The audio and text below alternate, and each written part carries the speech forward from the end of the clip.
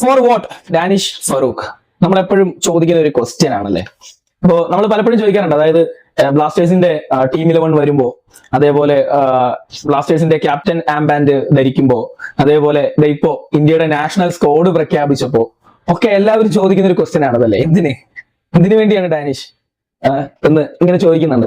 So എനിക്ക് അതേ പറ്റിയിട്ടാണ് നമുക്കൊന്ന് സംസാരിക്കാമെന്ന് വിചാരിക്കുന്നത്. അപ്പം ഡാനിഷ് ഫറൂഖ് എന്തുകൊണ്ട് എല്ലാവർക്കും ഫേവറേറ്റ് ആവുന്നു? ഫേവറേറ്റ് എന്നല്ല, എല്ലായിടത്തും പുള്ളിയുണ്ട്, പുള്ളിക്ക് ഒരു പരിഗണന ലഭിക്കുന്നുണ്ട്. അതിന്റെ കാരണം എന്താണ്? നമ്മളിപ്പം കളി വെച്ച് നോക്കുമ്പോൾ, നമ്മൾ ബ്ലാസ്റ്റേഴ്സിന്റെ കളിയൊക്കെ നോക്കുമ്പോൾ പുള്ളിനോട് കൂടുതലും ഒരു താല്പര്യമില്ലാത്ത രീതിയിലാണ് പല ആളുകളും സംസാരിച്ച് ഞാൻ കേൾക്കാറുള്ളത്.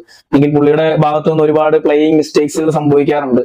അപ്പോ ഈ മിസ്റ്റേക്സുകളും അതേപോലെ ഒരു താല്പര്യമില്ലായ്മയും കാരണം പുള്ളിനോട് കൂടുതൽ നെഗറ്റീവും ആളുകൾക്ക് ഉണ്ടാവാറുണ്ട്. എന്നാൽ അതിന്റെ പേരിൽ പുള്ളി ചെയ്യാറുള്ള നല്ല മൂവ്സുകൾ നമ്മൾ കാണാതെ പോവുകയും ചെയ്യാറുണ്ട്. അപ്പോ അങ്ങനെ ഒരു കാര്യം കൂടി ഇതിന്റെ സൈഡിലുണ്ട്. അപ്പോ പിന്നെയും എന്തിന് ഡാനിഷിനെ ഓരോ മാനേജർമാരും, ഓരോ കോച്ച്, നാഷണൽ കോച്ച് ആയിക്കോട്ടെ അല്ലെങ്കിൽ നമ്മളുടെ ക്ലബ് കോച്ചുമാരായിക്കോട്ടെ, ഇവരൊക്കെ ഡാനിഷിനെ എന്തുകൊണ്ട് പരിഗണിക്കുന്നു എന്നുള്ള ഒരു ക്വസ്റ്റ്യൻ ഉണ്ട്.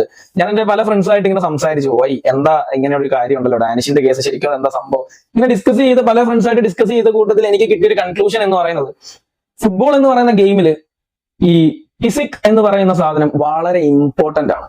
സോ ഡാനിഷിനെ സംബന്ധിച്ചിട്ട് ഹി ഹാവ് ദാറ്റ് എന്നുള്ളതാണ്.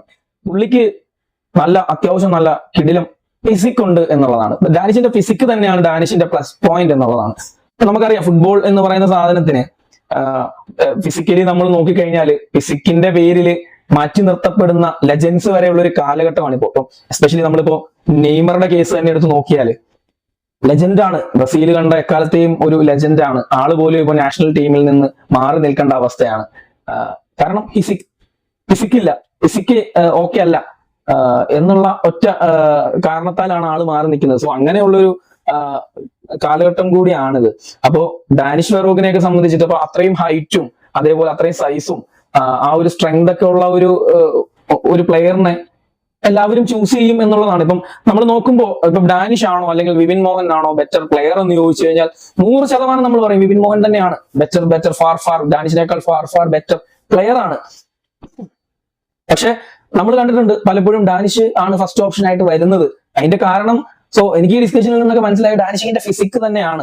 കളിക്കാൻ അറിയാം ആൾക്ക്. അപ്പൊ അവന്റെ ആ ഫിസിക്കിനെ കൂടെ യൂസ് ചെയ്ത് ഒരു മാനേജർക്ക് അവനെ എവിടെങ്കിലും അപ്ലൈ ചെയ്യാൻ പറ്റിയാൽ, ആ മാനേജറുടെ പ്ലാനിനനുസരിച്ചിട്ട് അപ്ലൈ ചെയ്യാൻ പറ്റിയാൽ അത്രയും ബെറ്റർ എന്ന് ചിന്തിക്കുന്ന മാനേജർമാരാവാൻ ഇവിടെ ഉള്ളത്. സോ അതുകൊണ്ടാണ് ഡാനിഷിന് വീണ്ടും ഇതേപോലെ അവസരങ്ങൾ ലഭിക്കുന്നത്. നമ്മൾ ഒന്ന് എടുത്തു നോക്കിയാൽ നമ്മളുടെ മുമ്പുണ്ടായിരുന്ന ഒരു ക്യാപ്റ്റൻ ആയിട്ടുള്ള ജസലിനെ നമുക്കറിയാം. ജസലിനെ സംബന്ധിച്ചിട്ട് ജസൽ വളരെ അസാധ്യമായിട്ടുള്ള ഒരു പ്ലെയർ ആയിരുന്നു എന്നുള്ള കാര്യം നമുക്കറിയാം. നമ്മുടെ ക്യാപ്റ്റൻ ആയിരുന്നു, നല്ല ടാലന്റഡ് ആയിരുന്നു. പക്ഷെ ആളുടെ സൈസ്, അതായത് ഹൈറ്റ് ഒക്കെ പലപ്പോഴും മോഹൻ ബഗാൻ യൂസ് ചെയ്യുന്നത് നമ്മൾ കണ്ടിട്ടുണ്ട്.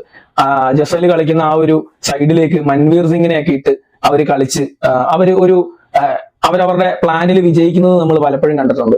സോ അപ്പൊ അതേപോലെ ആ ഒരു കാരണമാണ് പറയുന്നത്, ഫിസിക് എന്ന് പറയുന്നത് ഏറ്റവും ഇമ്പോർട്ടന്റ് ആയിട്ടുള്ള സാധനമാണ്. സോ ഈ ഫിസിക് എന്ന് പറയുന്ന ആ ഒരു പരിപാടിയിലാണ് ഡാനിഷ് പിടിച്ചു നിൽക്കുന്നത് എന്നുള്ളതാണ് സത്യം. ഇപ്പോ എന്തായാലും ഫിസിക് മാത്രം അല്ല, ആൾക്ക് ആ ഒരു കളിയും കൂടി കാലയിലോട്ട് എത്തട്ടെ. അങ്ങനെ എത്തുകയാണെങ്കിൽ വളരെ മികച്ച ഒരു പ്ലെയർ ആയിട്ട് ഡാനിഷിനെ മേക്ക് ചെയ്തെടുക്കാൻ ബ്ലാസ്റ്റേഴ്സിനാണെങ്കിലും നമ്മുടെ നാഷണൽ ടീമിനാണെങ്കിലും കഴിയും. അങ്ങനെ കഴിഞ്ഞാൽ ഒരുപാട് കോൺട്രിബ്യൂഷൻസ് ഡാനിഷിന് ടീമിന് വേണ്ടി ചെയ്യാനും കഴിയുമെന്നുള്ള വിശ്വാസം നമുക്കുണ്ട്. സോ ഡാനിഷിന് എല്ലാവിധ ആശംസകളും. Thank you.